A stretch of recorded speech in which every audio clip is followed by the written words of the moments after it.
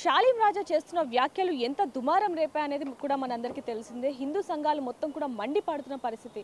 దానికి గల కారణం కూడా ఆ వ్యాఖ్యలు ఆ విధంగా ఉన్నాయనేది కూడా మనం చెప్పొచ్చు. దీనికి సంబంధించి కూడా వాళ్ళు అసలు పశ్చాత్తాపం కూడా లేకుండా మీడియా మీద కూడా కంప్లైంట్ ఇవ్వటం, అలాగే వీడియోలు చేయడం అనేది కూడా మనం చూస్తున్నాం. మరి దీనికి సంబంధించి హిందూ సంఘాలు అనేవి కూడా పోరాడుతున్నప్పటికీ, కంప్లైంట్ ఇస్తున్నప్పటికీ కూడా వాళ్ళు అసలు ఏ మాత్రం కూడా తగ్గకుండా అదే పనిగా వీడియోలు చేస్తున్న పరిస్థితి అని చెప్పొచ్చు. అసలు సమాధానం కూడా ఇవ్వని పరిస్థితి కనిపిస్తుంది. మరి వీటికి సంబంధించి ఇప్పుడు మనతో పాటు మాట్లాడడానికి బీజేపీ లీడర్ యమునా పాఠక్ గారు మనతో పాటు ఉన్నారు. ఆవిడతో మాట్లాడి మరిన్ని వివరాలు తెలుసుకుందాం. నమస్తే మేడం. నమస్తే అండి. మేడం, చూడొచ్చు కొద్ది రోజులుగా షాలిం రాజా చేస్తున్న వ్యాఖ్యలు ప్రతి ఒక్కరికి కూడా కోపానికి తెప్పిస్తున్నాయని చెప్పొచ్చు. ఎందుకంటే మల్లెపూలు అనేవి మనం ఎంతో పవిత్రంగా చూసుకుంటాం. అలాంటి మల్లెపూల మీద అలాంటి కామెంట్ చేయడం, మళ్ళీ మనం వాటిని ఖండిస్తుంటే మళ్ళీ మన మీదే ఎగిరి పడడం అనేది అసలు ఎలా చూడొచ్చు? షాలిం రాజు అనే వ్యక్తి వారు చేసిన ఒక రిలీజియస్ ఇన్ఫ్లుయెన్సర్గా, ఒక పాస్టర్గా ఉంటూ వారు ఎంతసేపు వారికి భగవంతుడితో సంబంధించి ఏమన్నా ఉన్నా చెప్పుకోవాలి తప్పించి, వాళ్ళు ఇచ్చిన ఉదాహరణలు కూడా ఎలా ఉన్నాయంటే అది మనం చూస్తూ ఉన్నాం. గత వారం రోజుల నుంచి అనేక ఛానల్స్లో మనం మాట్లాడుతూనే ఉన్నాము. మరి వారు సంస్కారవంతంగా ఎలా ఉన్నారా లేదా అనేది ఈరోజు యావత్ ప్రపంచం చూస్తోంది. కేవలం హిందువులని కాదండి. ఎందుకంటే వారు చేసిన ఒక అసభ్యకరమైన కమెంట్ ఏదైతే ఉందో అది పూర్తి యావత్ మహిళా లోకాన్ని కించపరిచే విధంగానే ఉందనేది చెప్పడానికి ఎటువంటి సంకోచం లేదు. మరి వారు అంటున్న ఆ పైన ఆ భగవంతుడే చూస్తున్నాడు వారి యొక్క ప్రక్రియ ఎలా ఉందో అనేది. కాబట్టి తప్పకుండా ఎవరైతే తప్పు చేస్తారో కనీసం తప్పు చేసినప్పుడు అది తప్పు అని తెలుసుకొని పశ్చాత్తాపంతో తప్పైంది అనే చెప్పుకోవాలి. అలా చెప్పని పక్షంలో ఎటువంటి పనిష్మెంట్స్ ఉండాలో, అండ్ మరీ ముఖ్యంగా వారికి సంబంధించి వాళ్ళ అనుచరులు చేస్తున్న కమెంట్స్ ఎంత నీచంగా ఉన్నాయంటే మరి ఇది యావత్ మొత్తం అందరూ కూడా ప్రజానికం చూస్తున్నారు.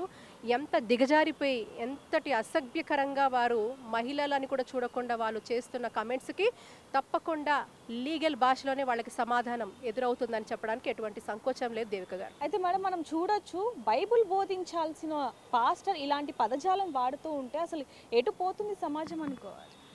ఈ భారతావనిలో స్త్రీకి ఎంతో గొప్ప స్థానం ఉంది. అది అన్నిటికి అతీతంగా, అది కులమతానికి అతీతంగా స్త్రీకి ఎంతో ఔన్నత్యం ఉంది. అందుకే మనం మన భారతదేశాన్ని కూడా భారత మాత అంటాం. అలాంటి పవిత్ర భారతదేశంలో ఒక మహిళని ఎలా గౌరవించాలో, ఒక మహిళని ఎలా ఉద్దేశించి ఎలా మాట్లాడాలో తెలియని వ్యక్తి మరి ఈరోజు అక్కడ ఒక రిలీజియస్ ప్రీచర్గా, ఒక ప్రబోధకుడుగా ఆయన అనర్హుడు అని చెప్పడానికి ఎటువంటి సంకోచం లేదు. మరి యావత్ మహిళా లోకాన్ని కించపరుస్తూ మరి మహిళ ఒక వేషధారణ వారికి ఎందుకండి? మహిళలు పువ్వులు పెట్టుకుంటే ఏమిటి, వాళ్ళు ఎలా ఉంటే ఏంటి, అండ్ ప్రతి ఒక్కరూ కూడా మహిళను టార్గెట్ చేస్తూ మహిళను ఉద్దేశించి మాట్లాడుతూ ఈరోజు చెప్తున్నారు కేవలం ఒక వర్గాన్ని ఉద్దేశించి మాట్లాడుతున్నారు అంటే అది 4 గోడల మధ్యలోనే పరిమితం అవ్వాలి. ఎప్పుడైతే పబ్లిక్ ప్లాట్ఫామ్స్ మీదకి ఇలాంటివి బయటికి వస్తాయో అది పూర్తిగా కూడా పబ్లిక్ క్రిటిసిజం కూడా దారితీసే అవకాశం ఉంటుంది. సో ఇటువంటి కేర్ వాళ్ళు ముందే తీసుకోవాల్సింది. కానీ ఒక పబ్లిక్ ప్లాట్ఫామ్ మీదకి వచ్చిన తర్వాత అది పూర్తి యావత్ మహిళా లోకాన్ని కించపరిచే విధంగా, చాలా అసభ్యకరంగా, డిరాగేటరీగా, ఇది చాలా కూడా అగేన్స్ట్గా ఉన్నది. ఎందుకంటే పూలు పెట్టుకున్న మహిళలందరూ కూడా పూర్తిగా కూడా వీరు బజారు మనుషులు అన్నట్టుగా వారు ఏదైతే బజారు మనుషుల్లాగా వాళ్ళు చిత్రీకరించారో, మరి అడ్డదిడ్డమైన వాళ్ళగా చిత్రీకరించాడో దట్ షోస్ ఎంతటి నీచమైన స్థానం వారికి మహిళల పట్ల ఉంది అనే దాని మీద. అండ్ దీనికి సంబంధించి మళ్ళీ కొంతమంది మహిళలను వాళ్ళు అది ఏదో ట్రాన్స్లో ఉంచుతారో ట్రైన్ చేస్తారో తెలియదు మరి. సో కాబట్టి కేవలం ఒక బొమ్మకి కీ ఇస్తే అది అలాగే ఆడుతుంటుంది చూసారా. కొంతమంది మాటలు ఎవరైతే వచ్చి వీళ్ళు మాట్లాడుతున్నారో అసలు అందులో లాజిక్ ఉందా, ప్రాక్టికాలిటీ ఉందా అంటే నాకు తెలిసి చాలామంది కొంతమంది ఈవెన్ చదువుకున్న వాళ్ళు కూడా వచ్చి వాళ్ళు కేవలం ఎంతటి డీపర్ ఇన్ఫ్లుయెన్స్లో ఉన్నారా అని నాకు చాలా భయం వేస్తుంది. అంటే వీళ్ళ ఆలోచనలు కనీసం ఇప్పుడు మనం ఎవరైనా ప్రాక్టికల్గా ఉండేవాళ్ళు, కొంచెం ఇంటలెక్చువల్గా ఆలోచించేవాళ్ళు పక్కన వాళ్ళు ఏం మాట్లాడుతున్నారనే ఒక లాజిక్ని మనం అప్లై చేస్తాం. It is beyond logic. మరి ఒక మనిషి తప్పు చేశాడు అంటే ఆయన సమర్థించడానికి చాలామంది కూడా అతను తప్పు కాదు, అతనే కరెక్ట్ అనే పరిస్థితిలో ఉంది. అంటే వీళ్ళు ఏ రకంగా మైండ్ ట్యూనింగ్ అయిందనేది మనకు అర్థమవుతుంది. మీరు అన్నట్టుగానే ఒక పాస్టర్గా తప్పు చేసినప్పుడు ఇంకొక పాస్టర్ సరిదిద్దాలి. అంటే ఇలా అనడం కరెక్ట్ కాదు అని చెప్పి మనం చూడొచ్చు. కొంతమంది పాస్టర్లు కూడా సపోర్ట్ చేస్తున్నారు. అంటే ఇందులో ద్వంద్వ వైఖరి కనపడుతుంది దేవిక గారు. ఎందుకంటే చాలామంది కొంతమంది పాస్టర్స్ లేదు వారు వాళ్ళ విత్తన వాదన చేయకూడదు, ఒక వర్గం వారికో కొంతమందికి బాధ కలిగింది కాబట్టి మనం వాళ్ళ మతం కూడా చెప్తుందట కదా, మనం ఏదైనా తప్పు చేస్తే క్షమించాలి అనే ఒక తత్వం కూడా ఉంది కాబట్టి అంతటి సాఫ్ట్ ఇది ఉన్నప్పుడు మనం కూడా వెళ్ళి చెప్తే తప్పే ఉంది అనే వాళ్ళు కూడా చెప్పిన వాళ్ళు ఉన్నారు. లేదు నిజంగా కూడా ఆయన చెప్పింది మేము సమ్మతించాము, ఎందుకంటే మా ఇళ్లలో కూడా పూలు పెట్టుకునే మహిళలు ఉన్నారు అని చెప్పేవాళ్ళు ఉన్నారు. ఒక వర్గం పూర్తిగా అయితే వారు ఏదంటే అది తానా అంటే అన్నట్టుగానే లాగానే ఉన్నారు కాబట్టి సో నేనేమంటానంటే ప్రతి ఒక్కరూ వాళ్ళకి వాళ్ళు ఇంట్రాస్పెక్ట్ చేసుకోవాల్సిన అవసరం ఉంది. నిజంగా కూడా ఇట్ షోస్ ఈరోజు ఒక డీపర్ మీనింగ్ ఏదైతే ఉందో వీళ్ళు ఎలా ప్రవర్తిస్తున్నారో యావత్ ప్రపంచం చూస్తోంది.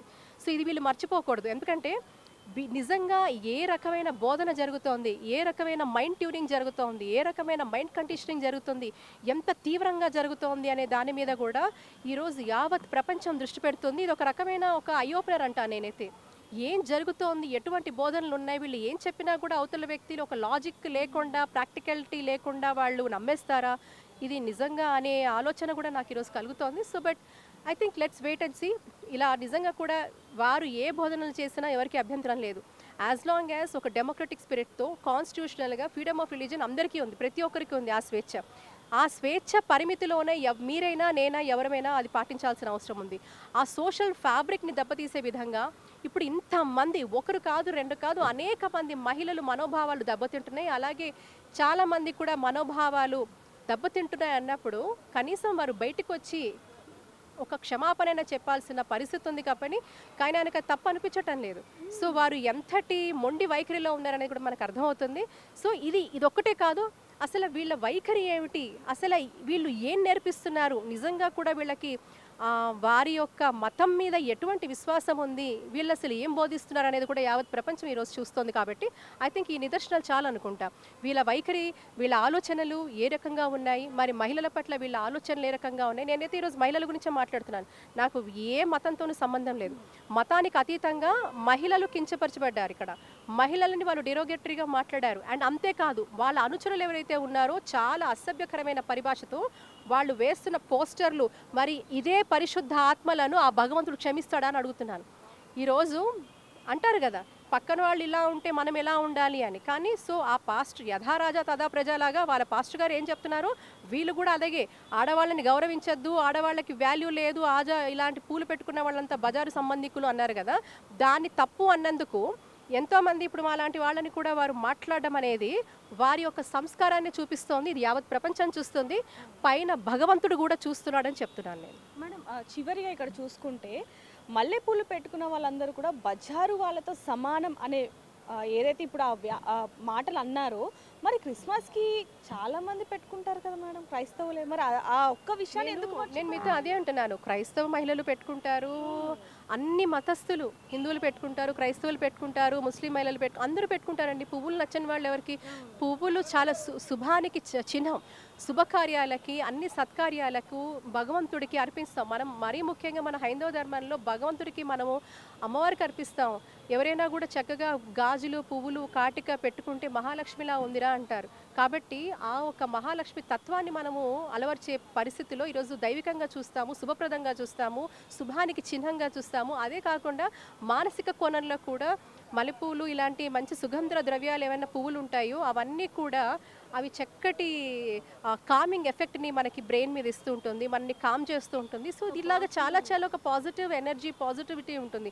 అలాంటి పువ్వులను కూడా మరి ఈ పాస్టర్ సాలెం రాజులు అనే వ్యక్తి ఇంత హీనంగా కించపరిచాడు అంటే వీళ్ళకి ఏం కావాలో తెలియట్లేదు. ప్రకృతిలో భాగమైన ఒక పుష్పాన్ని, భగవంతుడికి అత్యంత ప్రియమైన పుష్పాన్ని, మతానికి అతీతంగా అన్ని మతాలు కూడా గౌరవించి దైవికంగా భావించే పుష్పాన్ని, ఏదైతే మహిళలకు ఆభరణంగా ఉండే పుష్పాన్ని వీరు కించపరిచారు అంటే మరి వీరు ఎలాంటి మనస్తత్వం గలవాళ్ళు అనేది ఈరోజు యావత్ ప్రపంచమే ఆవిష్కరిస్తోంది.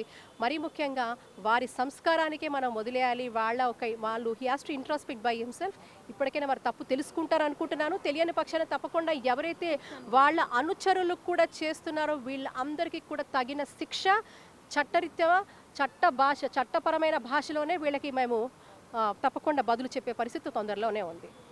సో చూడొచ్చు షాలేం రాజా చేసిన వ్యాఖ్యలు మరి ఇప్పటికైనా తప్పు అని ఆయన ఒప్పుకుంటాడా, లేకపోతే ఇదే విధంగా ఆయన మళ్ళీ విరుచుక పడతారా అనేది కూడా ఆయనకే వదిలేస్తున్నామని చెప్పొచ్చు. ఎందుకంటే ఆయన కనుక మేము చేసిన తప్పుడు వ్యాఖ్యలు అని ఒప్పుకోకపోతే కనుక ఖచ్చితంగా శిక్ష అనుభవిస్తారా అనేది మాత్రం క్లియర్గా తెలుస్తుందని చెప్పొచ్చు. మరిన్ని వార్తల కోసం చూస్తూనే ఉండండి బిగ్ టీవీ.